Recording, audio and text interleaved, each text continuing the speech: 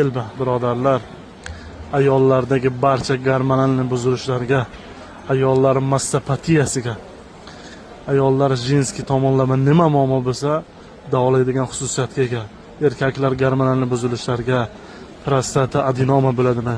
Erkaklar testosteronni zo'r oshirib berib, erkaklik quvvatini oshirib beradigan xususiyatga ega.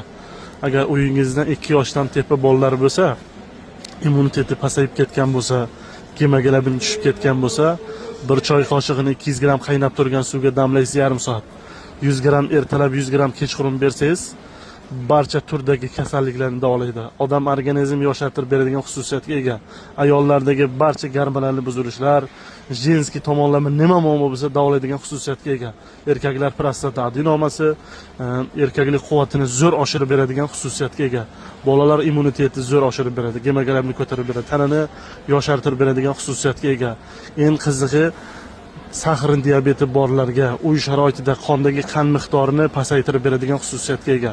Buni birodarlar 2 xil surati bilan tanlashga adashmanglar. Pajitning deydi ruschasiga, xelba degan giyoh. Deyarli hamma bilsa kerak.